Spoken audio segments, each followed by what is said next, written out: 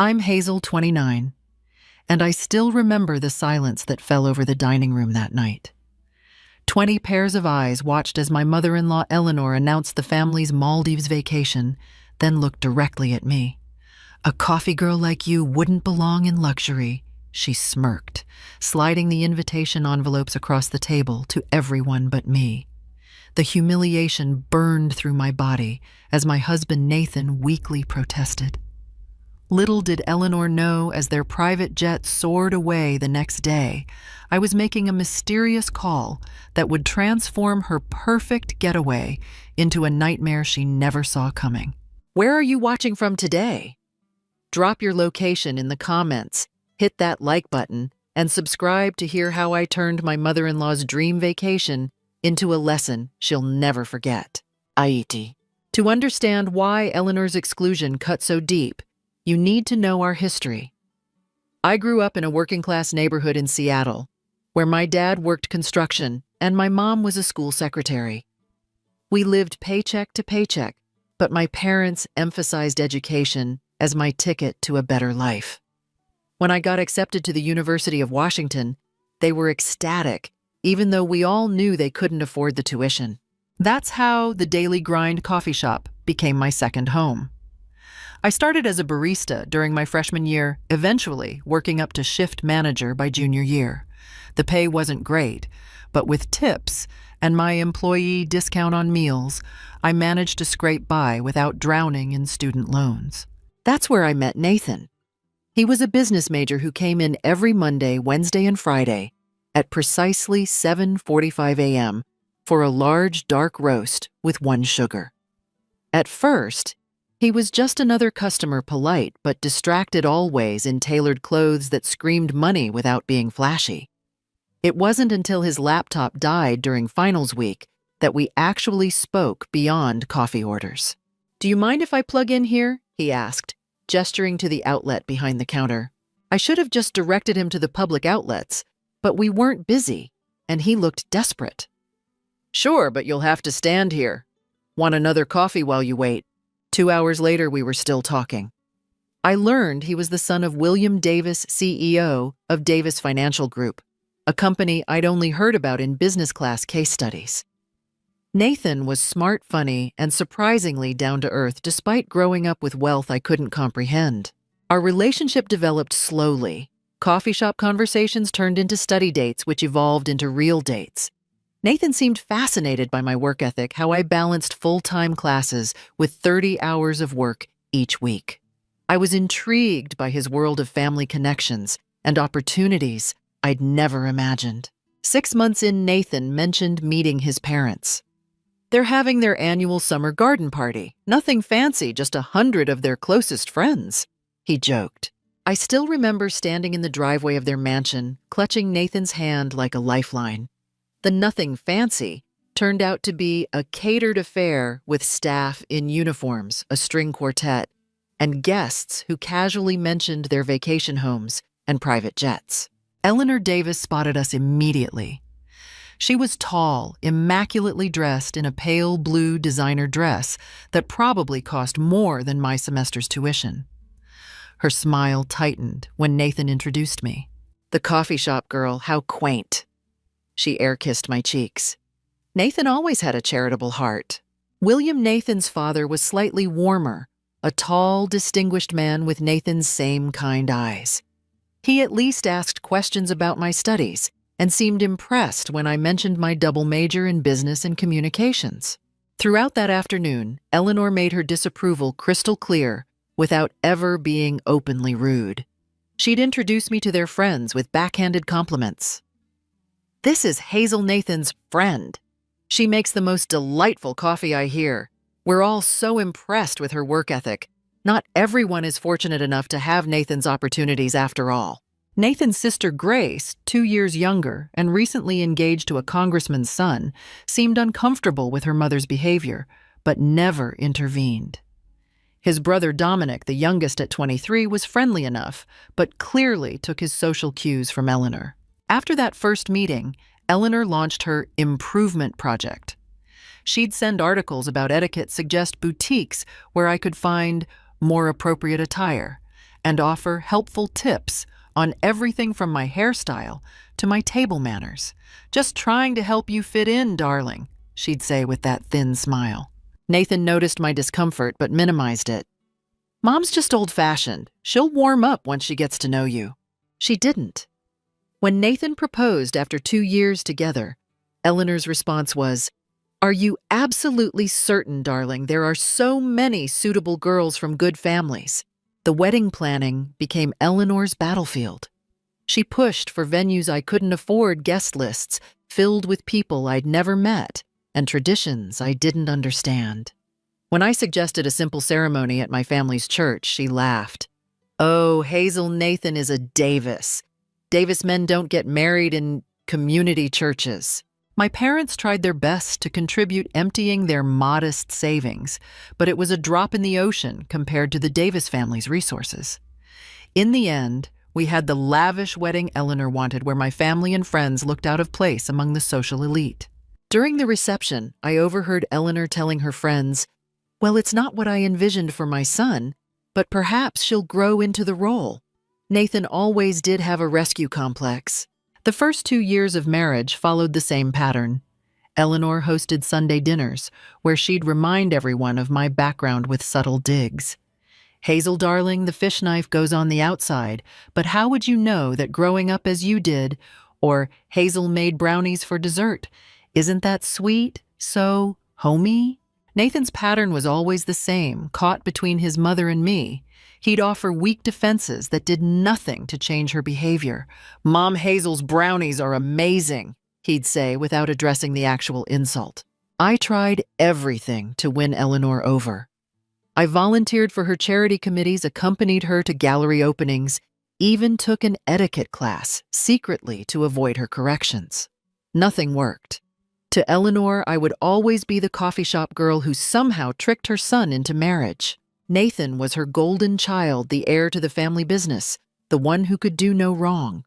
Their relationship bordered on unhealthy, with Nathan calling her daily and seeking her approval on everything from business decisions to our home decor. After dozens of rejected olive branches, I finally settled into a pattern of polite distance with Eleanor. I attended family functions, smiled through her insults, and vented to my friend Stephanie afterward. Nathan interpreted this as progress. "See, you two are getting along fine now." We weren't. Eleanor was just getting more creative with her undermining. The night everything changed was supposed to be a routine, monthly family dinner at the Davis mansion. These dinners were mandatory in Eleanor's eyes. Missing one would trigger weeks of passive-aggressive comments and wounded sighs. That evening, we gathered in the formal dining room.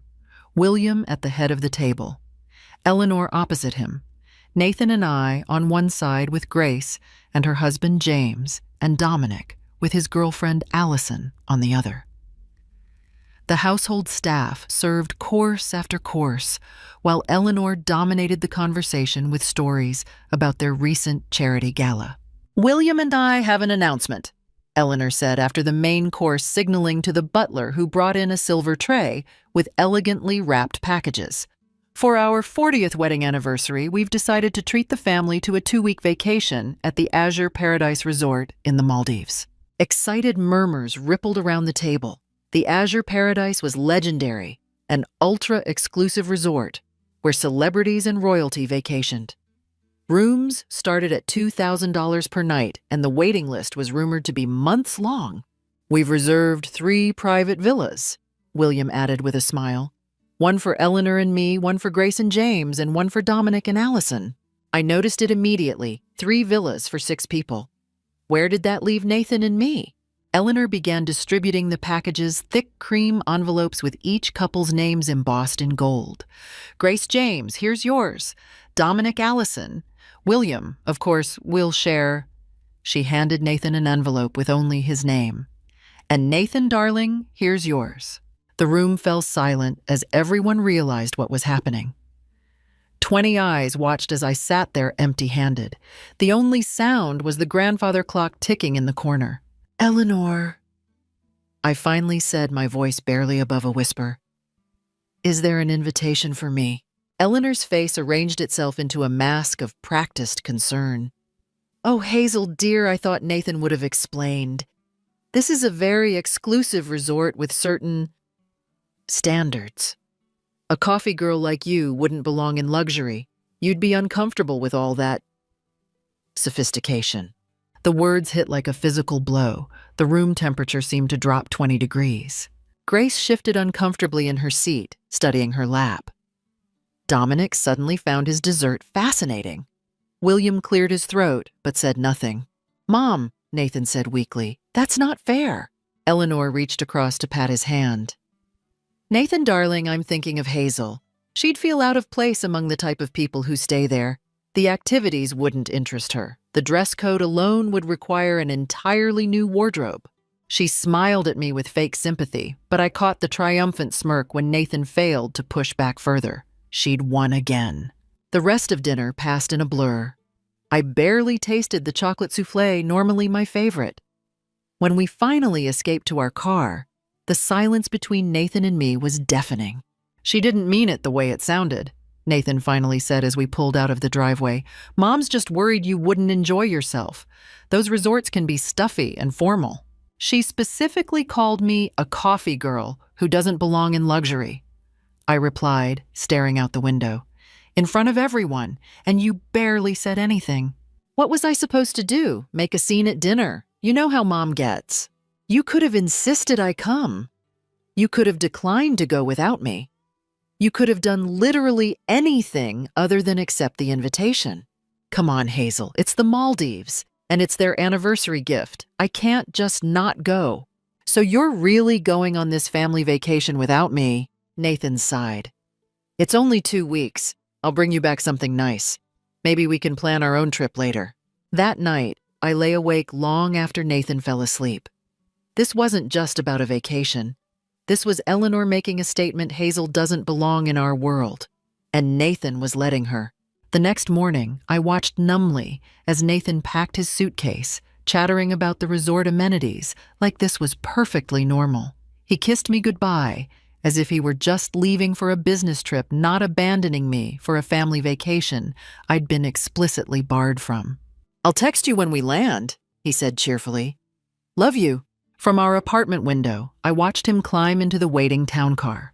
William had arranged for the family to travel to the airport together before boarding their private jet. 3 years of marriage, and this was where we stood. I was still the outsider, the coffee girl who didn't belong. After Nathan left, I collapsed onto our couch and finally let the tears flow. 3 years of swallowing Eleanor's insults, of Nathan's weak defenses, of trying to be good enough for a family that had decided on day one that I never would be. I scrolled through photos on my phone holidays, where Eleanor had positioned me at the edge of family photos so I could be easily cropped out. My birthday dinner, where she'd forgotten my shellfish allergy and seemed surprised when I couldn't eat the main course. Our housewarming party, where she'd brought an interior designer as her gift because our decor was tragic. The pattern was crystal clear. But what hurt more was Nathan's pattern always caught in the middle, always choosing the path of least resistance, which invariably meant letting his mother win. My phone rang. Stephanie, my best friend since college. "Tell me you're not sitting there crying over that witch," she said when I answered. "How did you know?" "Because I know you, and I know what happened. Grace texted me." Grace and Stephanie had met at our wedding and bonded over their shared love of obscure indie bands. They weren't close, but they occasionally met for coffee. "She said it was brutal," Stephanie continued, "even for Eleanor. So what's the plan?" "Please tell me you're finally going to destroy her."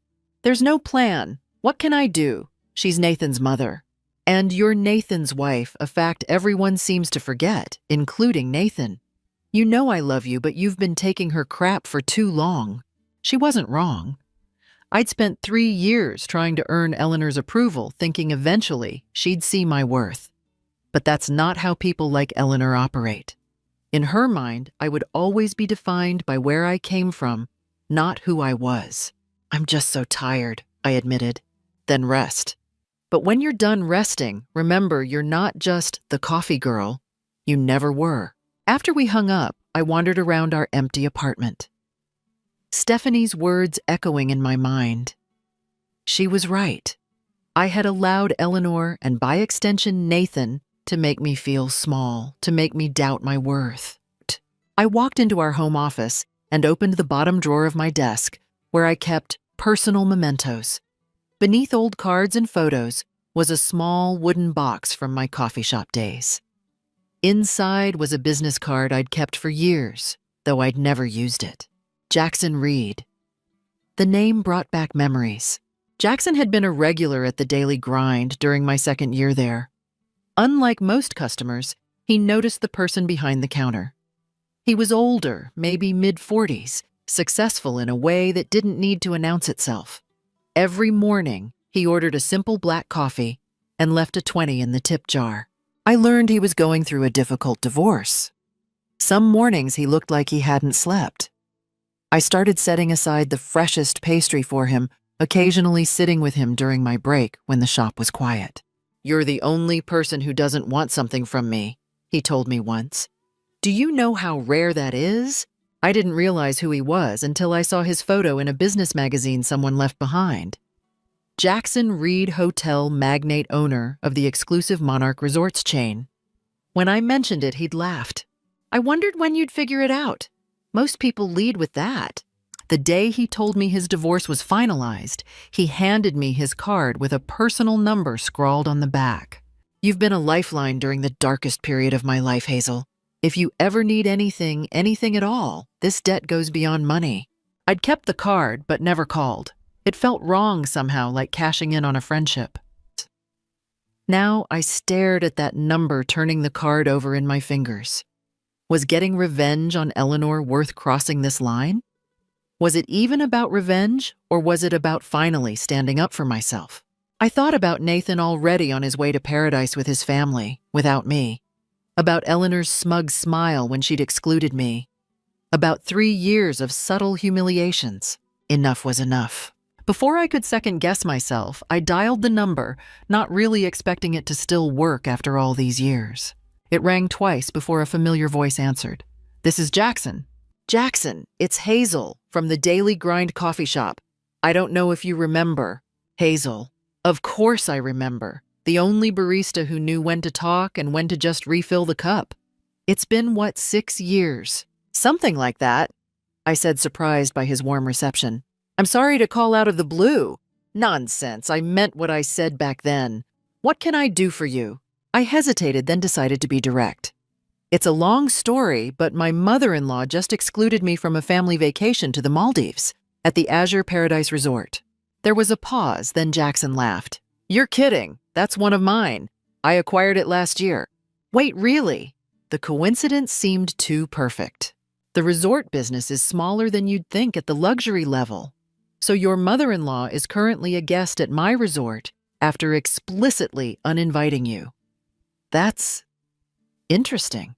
I quickly explained the situation, the dinner Eleanor's coffee girl comment, Nathan's failure to stand up for me. "What exactly would you like me to do, Hazel?" Jackson asked when I finished. His tone wasn't judgmental, just curious. "I don't know," I admitted. Part of me wants to make her vacation miserable. Part of me just wants her to recognize that I'm a person worthy of basic respect.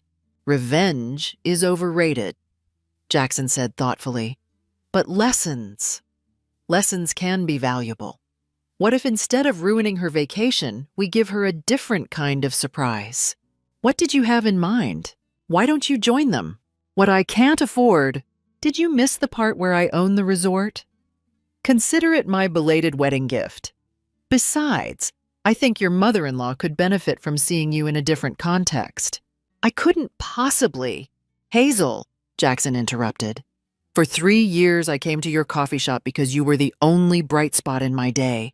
You remembered my name when I felt invisible. You saved me the corner table when I needed to work. You listened when no one else would. Let me do this." When he put it that way, how could I refuse? "Okay," I said finally. "But I have one condition. I don't want special treatment that ruins their vacation. I just want equal treatment. And maybe the chance to show Eleanor that I do belong despite what she thinks."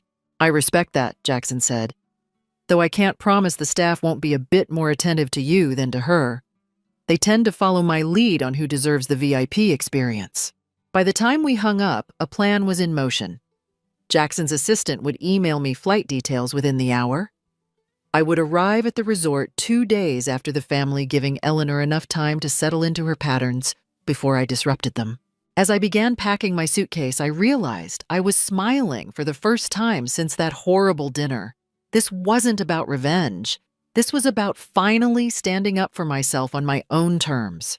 I spent the next 24 hours in a whirlwind of preparation. Jackson's assistant, Melissa, called to confirm my first-class flight and sent over a resort information package that included a dress code guide. Looking through my closet, I realized Eleanor might have been right about one thing: I didn't have the wardrobe for a place like the Azure Paradise.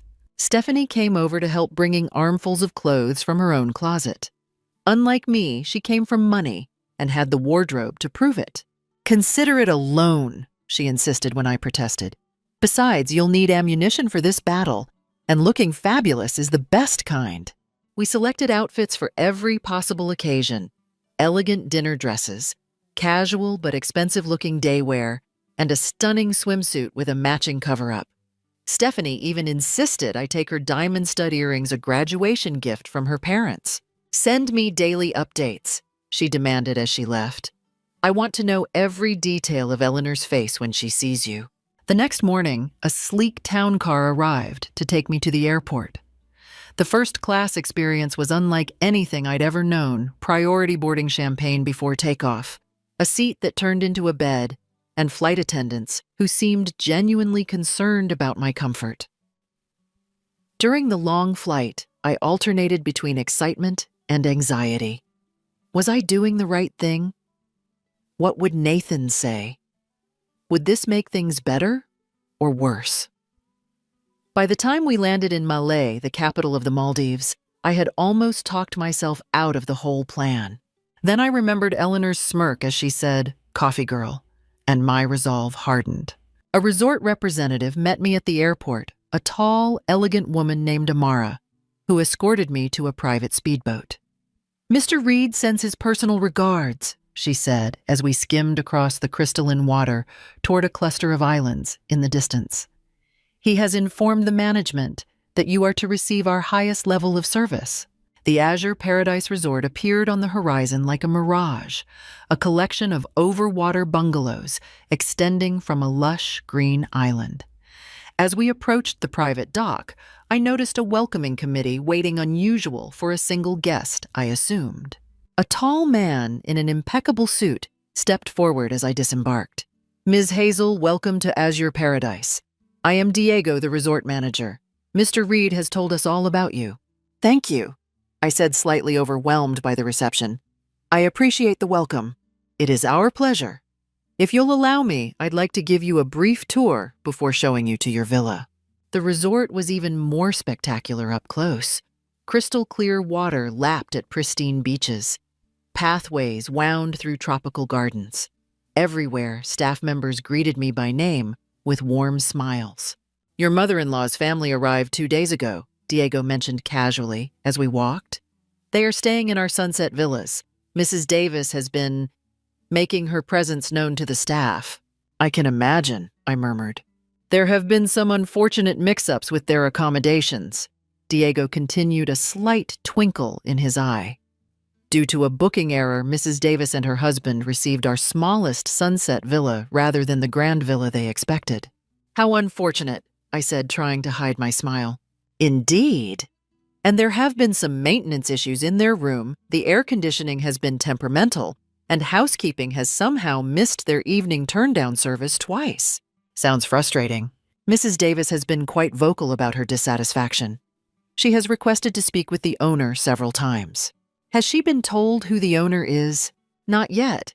We thought that revelation might be best saved for the right moment." As we walked, Diego continued updating me on the family's stay. Eleanor had complained about everything, from the pillows being too soft to the restaurant not having her preferred brand of sparkling water. She'd insisted on special treatment during excursions, only to find other guests receiving the same privileges. The resort photographer had somehow missed including her in the group photos from their snorkeling trip. Her daily spa appointments had been rescheduled multiple times due to booking conflicts. None of these inconveniences were serious enough to ruin a vacation, but for someone like Eleanor who expected constant deference, they were maddening. "And your husband has been sending messages to your room phone," Diego added. We explained that you had not yet arrived, which seemed to confuse him greatly. I could imagine Nathan's bewilderment. He'd been texting my cell phone, but I'd only responded with vague messages about taking some time to think. We arrived at a stunning overwater villa at the end of a private pier larger and more secluded than the others I'd seen. "This is our imperial villa," Diego said, opening the door to a palatial space with floor-to-ceiling windows overlooking the ocean. "It is normally reserved for visiting dignitaries and celebrities, but Mr. Reed insisted it be prepared for you." "This is too much," I protested, taking in the private infinity pool, the sunken living room, and what appeared to be a personal butler standing discreetly by a fully stocked bar. "Mr. Reed was quite clear about your accommodations. He mentioned something about showing the coffee girl where she belongs." I couldn't help but laugh. Jackson had remembered every detail of my story. "This is Raphael, your personal attendant," Diego introduced the butler. "He will ensure your every need is met during your stay. The family has reservations at our premier restaurant tonight at 7. I took the liberty of reserving you a table as well positioned with an excellent view of theirs." "Perfect," I said, beginning to feel more confident about this plan. "And what time does the family usually have breakfast?" "Mrs. Davis insists on breakfast on their villa terrace at precisely 8:30. The rest of the family typically visits the main restaurant around 9. "Then I'll be at the main restaurant at 9 tomorrow." Diego smiled. "Excellent. And what would you like to do about Mr. Davis, your husband?" "He has left several messages asking about you." I considered this. Part of me wanted to see Nathan immediately to watch his reaction when he realized I was here, but another part wanted to make an entrance to control the narrative of my arrival. "Let's keep my presence a surprise for now," I decided. "At least until dinner tonight." After Diego left, Raphael showed me around the villa, explaining the amenities and asking about my preferences for everything from pillow firmness to minibar selections. When he finally departed, I stood alone on my private deck, watching the sunset paint the sky in shades of pink and gold. For the first time since that awful dinner, I felt a sense of power. Not the power to hurt Eleanor, but the power to change how she saw me, how I saw myself. I received a text from Nathan. "Mom's having a meltdown over her substandard villa. Dad's threatening to leave early. Wish you were here to help calm things down." I smiled to myself. Nathan still didn't get it. He still saw me as the peacekeeper, the one who smoothed Eleanor's ruffled feathers. Tonight, he'd see something different. I spent the afternoon preparing for dinner, taking my time with each step. A long soak in the enormous tub. A careful application of makeup, not too much, just enough to enhance my features. I chose a sleek black dress from Stephanie's collection, elegant but not flashy, and added her diamond earrings. Looking in the mirror, I barely recognized myself, not because of the clothes or the makeup, but because of the confidence in my eyes. This woman didn't look like someone who would silently accept being called the coffee girl. At 6:45, Raphael escorted me to Azura, the resort's signature restaurant. Through the windows, I could see the Davis family already seated at a central table. Eleanor predictably had positioned herself to face the entrance, always needing to see and be seen. Diego met me at the restaurant entrance. "Are you ready, Ms. Hazel?" I took a deep breath. "I'm ready." "So." From what I learned from Diego and the staff, Eleanor's first days at the resort had been far from the triumphant vacation she'd envisioned. The family had arrived via private jet met by resort staff who whisked them to their villas in electric carts. Eleanor had been visibly pleased by the deferential welcome until they reached their accommodations. I specifically requested the Grand Sunset Villa, she'd informed the staff frostily upon seeing their assigned villa. "There must be some mistake." "I apologize, Mrs. Davis, but according to our records, this is the villa reserved for your party," the staff member had explained. "The Grand Sunset Villa is currently occupied by another guest." "Do you know who we are?" Eleanor had demanded. "My husband is William Davis of Davis Financial Group. We never stay in standard accommodations." The staff member had remained professionally apologetic but firm. The villa was beautiful by any standard. Spacious, luxuriously appointed, with a private deck extending over the turquoise lagoon. But it wasn't the best, and that was what Eleanor couldn't tolerate. William had attempted to smooth things over, pointing out the stunning view and the private plunge pool. "It's lovely, Eleanor. Let's get settled and enjoy our vacation." But Eleanor had already begun compiling her list of complaints. The pillows were too soft. The complimentary champagne wasn't her preferred brand. The flower arrangement contained lilies, to which she claimed a mild allergy. Their first night, the air conditioning had cycled on and off at irregular intervals. When Eleanor called for maintenance at 11 p.m., she was informed that the technician wouldn't be available until morning. She'd spent the night fanning herself dramatically, while William slept peacefully beside her. Breakfast on their first full day brought another perceived slight, when Eleanor requested her eggs be redone for being too runny. The replacement arrived at the same time as everyone else's main courses, leaving her to eat alone while the family finished. The family's scheduled snorkeling excursion had been delayed due to another group's late return. During the trip, Eleanor had positioned herself front and center for the group photo, only to discover later that she was barely visible, partially blocked by a smiling honeymoon couple. Her spa appointment had been moved from 2 p.m. to 4 p.m. due to a scheduling conflict, forcing her to miss the afternoon tea she'd been looking forward to. When she'd complained to the spa manager, she'd received another apology, but no accommodation. By dinner on the second night, Eleanor was fuming. The family gathered at Coral, the resort's casual beachfront restaurant, where Eleanor loudly informed the server that her lobster was overcooked and her wine wasn't properly chilled. "I want to speak to the manager," she'd demanded after the server offered to replace her meal. Diego had appeared promptly, all professional concern. "How may I assist you, Mrs. Davis?" "This entire vacation has been one disappointment after another," Eleanor had declared loud enough for nearby tables to hear. "The villa is substandard, the service is lacking, and now the food is inedible." "Do you know how much we're paying to stay here?" Diego had apologized smoothly. "I understand your frustration, Mrs. Davis. Perhaps you would like to speak with the owner about your concerns. He will be arriving tomorrow." This had temporarily placated Eleanor. "Yes, I think that's best. The owner should know how his supposedly luxury resort is actually being run." Meanwhile, the rest of the family had been enjoying themselves despite Eleanor's dark cloud. Grace and James had spent the day sailing. Dominic and Allison had taken a cooking class featuring local cuisine. William had enjoyed a round of golf on the resort's pristine course. Nathan had been texting me regularly, his messages revealing his growing frustration with his mother. "Mom's on the warpath about the villa, says it's barely adequate. Dad says we should be grateful to be here at all, which didn't go over well.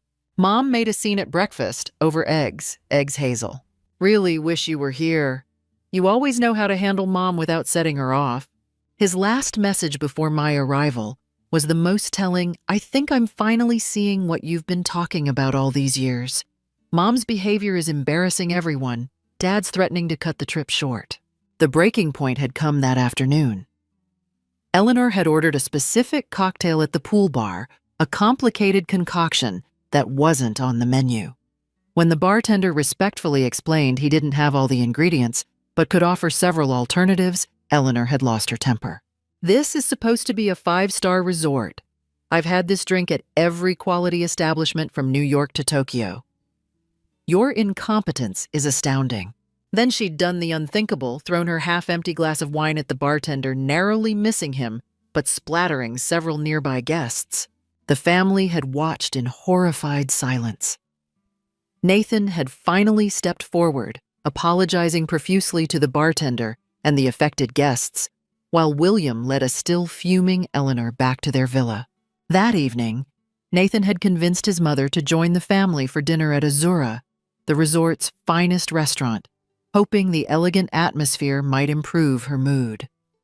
Eleanor had agreed, declaring she would be compiling her complete list of grievances to present to the owner the following day. This was the scene I was about to enter a family dinner where Eleanor was holding court recounting her vacation injustices to her increasingly uncomfortable family, blissfully unaware of what was about to happen.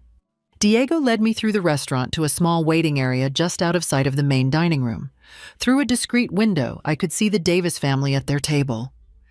Eleanor was speaking animatedly, gesturing with her fork.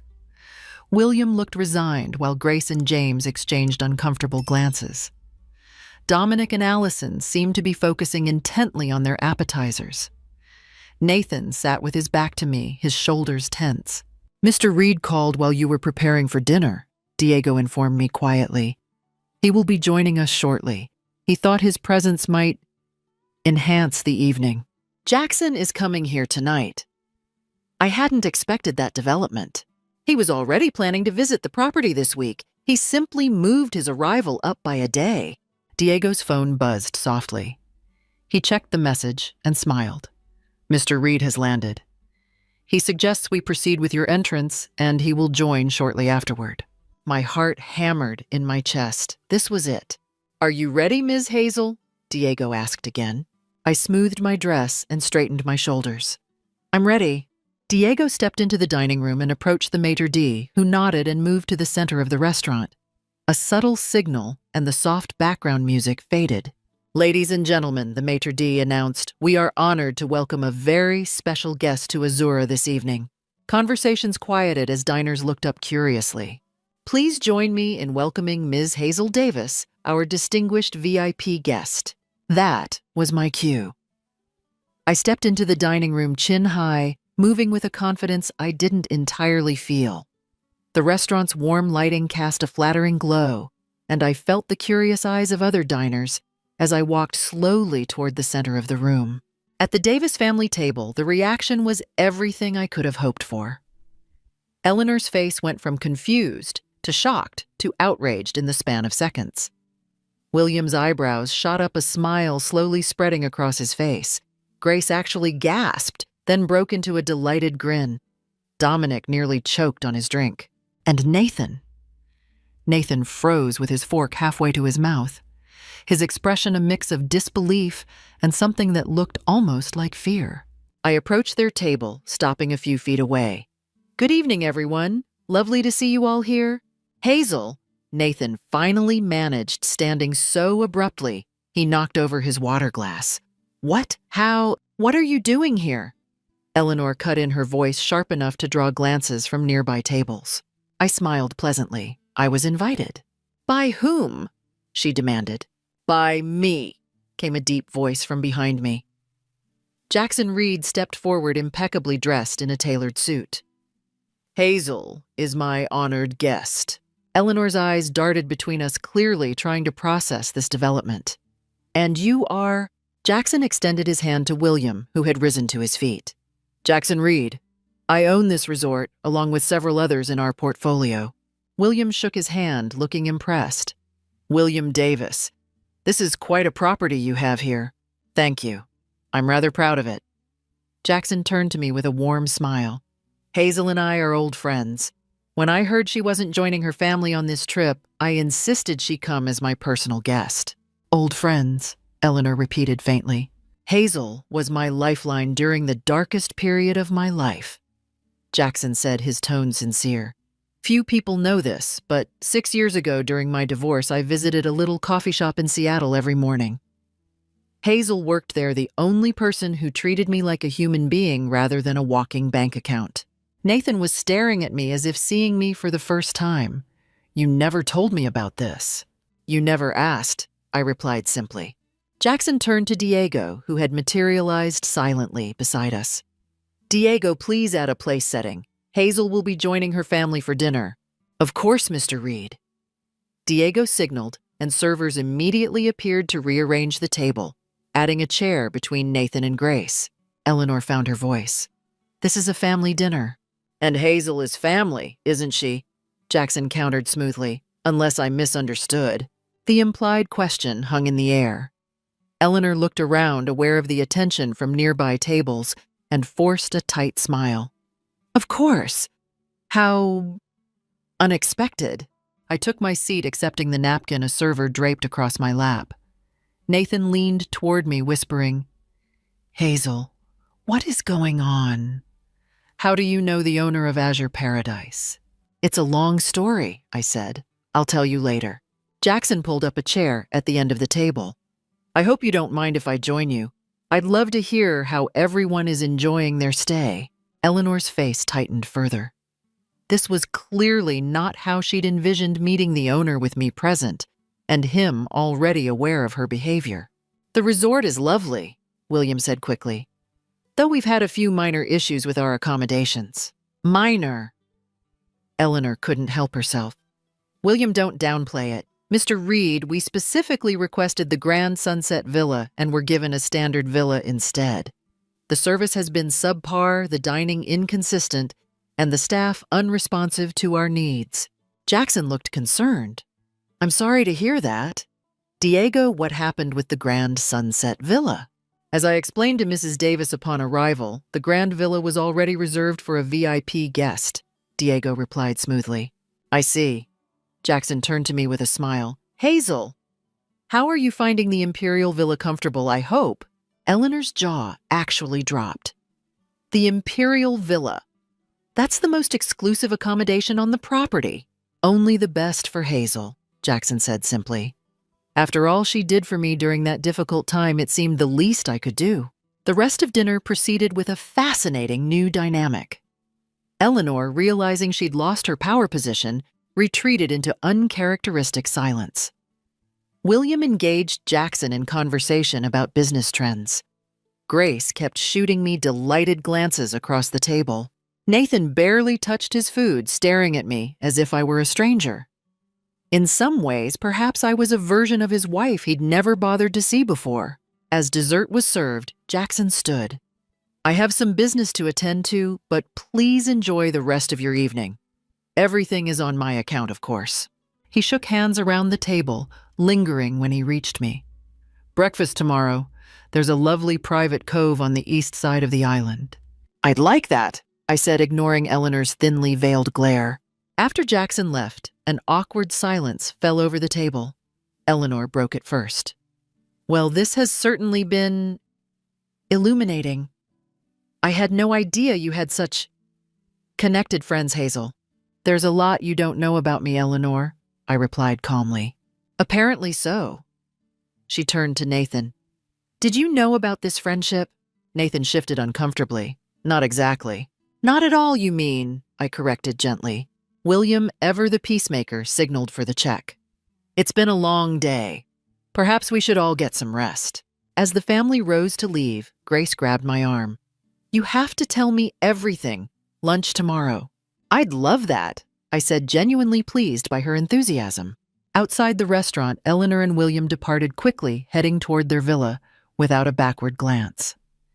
Dominic and Allison followed after Dominic gave me a surreptitious thumbs up. Nathan lingered, waiting until we were alone. Hazel, I don't understand any of this. Why didn't you tell me you were coming? How do you know Jackson Reed? What's going on? I think we need to talk, I said, but not here. My thoughts exactly.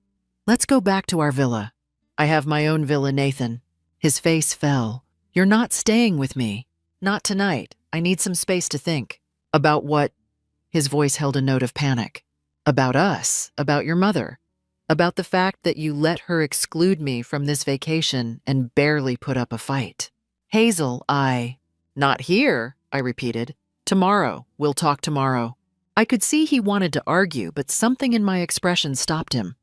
Okay, tomorrow. As he walked away, shoulders slumped. I felt a momentary pang of sympathy. But then I remembered the look on Eleanor's face when she called me the coffee girl, and Nathan's weak response. Sometimes lessons had to be learned the hard way. I returned to my villa, stepping out onto the private deck to watch the moon reflect off the water. For the first time in years, I felt like I was standing on solid ground. No matter what happened next with Nathan and his family, I had reclaimed something important, my sense of self-worth. My phone buzzed with a text from Stephanie. "Well, don't leave me hanging." I smiled and began typing the events of the evening, knowing she would appreciate every detail of Eleanor's shocked face. The next morning, I woke to the gentle sound of waves lapping beneath my villa. For a moment, I forgot where I was. The luxurious surroundings still felt surreal after years of feeling like an outsider in the Davis family's world of privilege. Raphael had arranged breakfast on my private deck, fresh fruit pastries, and coffee that reminded me of my barista days. I was savoring both the food and the stunning ocean view when I heard a soft knock on my villa door. To my surprise, it wasn't Nathan but Eleanor who stood there looking uncharacteristically uncertain. "May I come in?" she asked, her usual imperious tone notably absent. Curious, I stepped aside to let her enter. She was impeccably dressed as always, but there was something different about her demeanor, a hesitancy I'd never seen before. "I was hoping we might talk," she said, glancing around the spectacular villa before her eyes settled back on me. Privately, I led her to the deck where my breakfast was laid out. "Would you like some coffee?" "Please."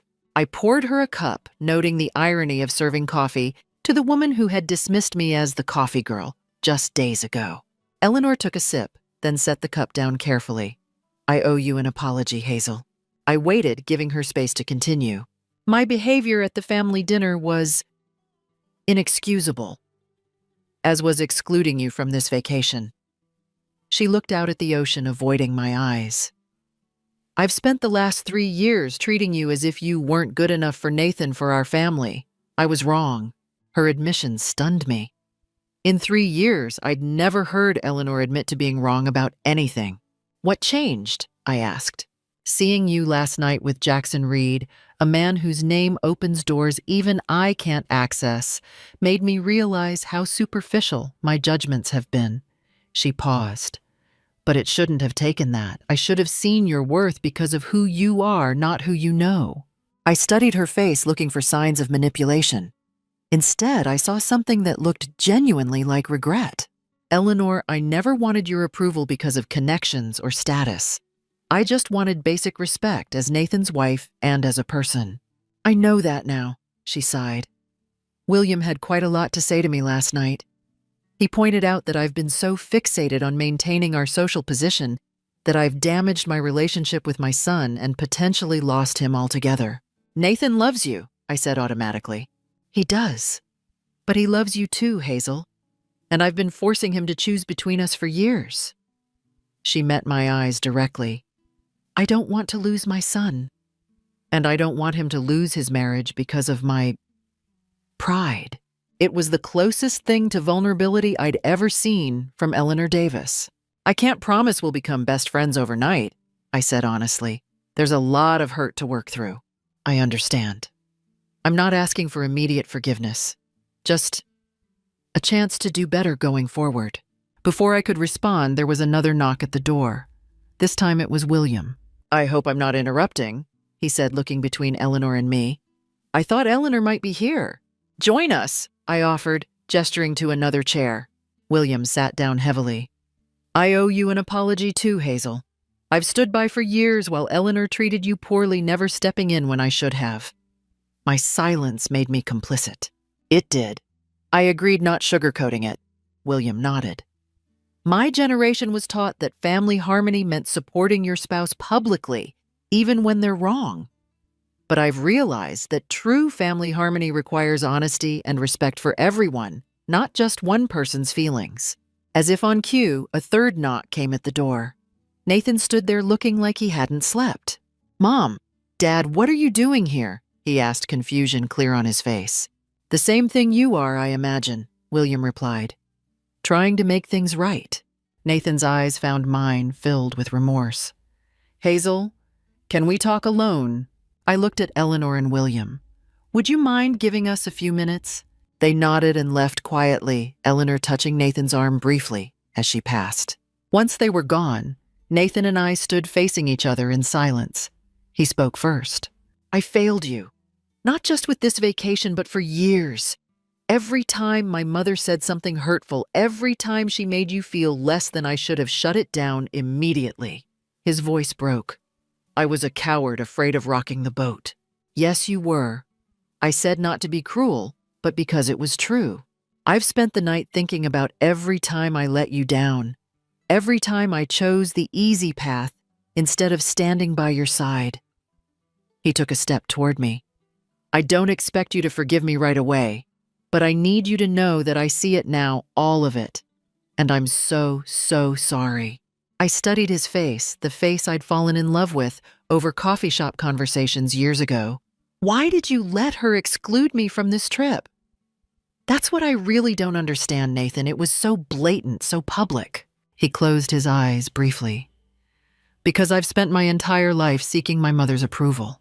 It's pathetic, I know, but disappointing her felt impossible. He looked at me again. Until I realized I was losing you. That's a price I'm not willing to pay. Not for my mother's approval, not for anything.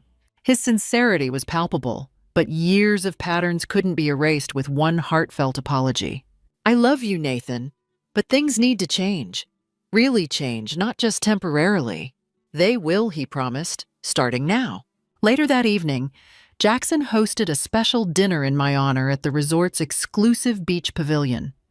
The entire Davis family was invited along with several other distinguished guests. The pavilion was transformed into a fairy tale setting with twinkling lights and tables set directly on the sand. As the guest of honor, I wore a stunning blue dress that Stephanie had insisted I pack, just in case. Jackson welcomed everyone warmly, then raised his glass. I'd like to propose a toast to Hazel. Most of you don't know this, but 6 years ago, I was going through the worst period of my life. A bitter divorce business challenges health issues. Every morning, I'd drag myself to a small coffee shop in Seattle where Hazel worked. The guests listened intently as Jackson continued. In a world where everyone wanted something from me, Hazel was the one person who just saw me. She remembered my order, saved me the quiet corner table, and sometimes just sat with me in silence when that was what I needed. She never asked for anything in return. He smiled at me across the table. What Hazel didn't know was that those small kindnesses kept me going during my darkest days. They reminded me that genuine connection matters more than status or wealth. That's a lesson I've carried with me as I've built my business. Eleanor, seated beside William, was watching Jackson with a thoughtful expression. To Hazel, Jackson concluded, raising his glass higher, a reminder that how we treat people when we have nothing to gain reveals our true character. As glasses clinked around the table, Eleanor leaned toward me. He's right, you know. I've spent my life pursuing status connections, the right schools, the right neighborhoods, and somehow lost sight of what actually matters. Throughout the dinner, I watched the Davis family with new eyes. Grace and James chatting animatedly with Jackson about their travel photography hobby. Dominic introducing Allison to other guests with obvious pride. William telling stories that made everyone laugh. And Eleanor was different. Quieter, more observant. When a server accidentally spilled water on the table, she simply moved her purse and smiled reassuringly at the mortified young man. The Eleanor I knew would have made a scene. After dinner, as soft music played and guests mingled on the beach, Nathan found me standing at the water's edge. "Dance with me," he asked, holding out his hand. As we swayed gently to the music, the warm ocean breeze surrounding us, Nathan whispered, "I want us to start over, Hazel. Not forget the past, but learn from it. Build something stronger." "I'd like that," I said, resting my head on his shoulder. The remaining days of the vacation passed in a blur of beautiful moments. Snorkeling through coral reefs teeming with colorful fish. A sunset cruise where dolphins played alongside our boat. Quiet walks on the beach with Nathan rebuilding our connection. Eleanor and I weren't suddenly best friends, but something had fundamentally shifted. She made genuine efforts to get to know me, asking about my family, my college experiences, my career aspirations. I found myself sharing stories I'd never thought she'd want to hear. On our last night at the resort, the family gathered for a private dinner on the beach. As we sat around the table, I realized we were laughing together in a way we never had before. "I propose a new tradition," William announced. "Annual family vacations where everyone is present and equal. No exceptions." "Hear, hear," Grace agreed, raising her glass. Eleanor looked around the table, then directly at me. "I'd like to propose something too. When we return home, I'd like to host a proper welcome dinner for Hazel. 3 years late, but better late than never." The significance of her gesture wasn't lost on anyone. This wasn't just about a dinner, it was Eleanor publicly acknowledging me as part of the family. "I'd like that," I said, meaning it. 6 months after returning from the Maldives, Nathan and I were still in marriage counseling, working through the patterns that had damaged our relationship. It wasn't always easy, but we were committed to creating something healthier. Eleanor had surprised everyone by actually following through on her promises. The welcome dinner she'd hosted was elegant, but warm, with touching speeches from both her and William. She'd even invited my parents, making genuine efforts to include them in conversations. Most surprisingly, she'd started therapy herself. "At my age, it's about time I examine why I've placed so much value on appearances," she told me during one of our now regular lunch dates. A year after the Maldives trip, with Jackson's encouragement and investment, I opened my own specialty coffee shop in an up-and-coming Seattle neighborhood. The grand opening was attended by the entire Davis family, with Eleanor proudly introducing me to her friends as my brilliant daughter-in-law, the entrepreneur. As I look back on that fateful family dinner, where Eleanor excluded me from the vacation, I realize it was actually a blessing in disguise. It forced a confrontation that had been brewing for years. It brought painful patterns into the light where they could finally be addressed. I learned that standing up for yourself doesn't have to mean burning bridges, that sometimes the people who hurt you are capable of change if given the right motivation and opportunity. That forgiveness isn't about forgetting the past, but about not letting it control your future. Most importantly, I learned that belonging isn't about being accepted by others, it's about accepting yourself first. The coffee girl had always been worthy of respect. I just needed to believe it strongly enough to demand it. Have you ever had to stand up to a difficult family member? How did you handle it? I'd love to hear your stories in the comments below. And if you found value in my journey, please hit that like button, subscribe to my channel, and share this video with someone who might need to hear that they deserve respect too. Thank you for listening. And remember, your worth isn't determined by anyone's opinion of you, not even family.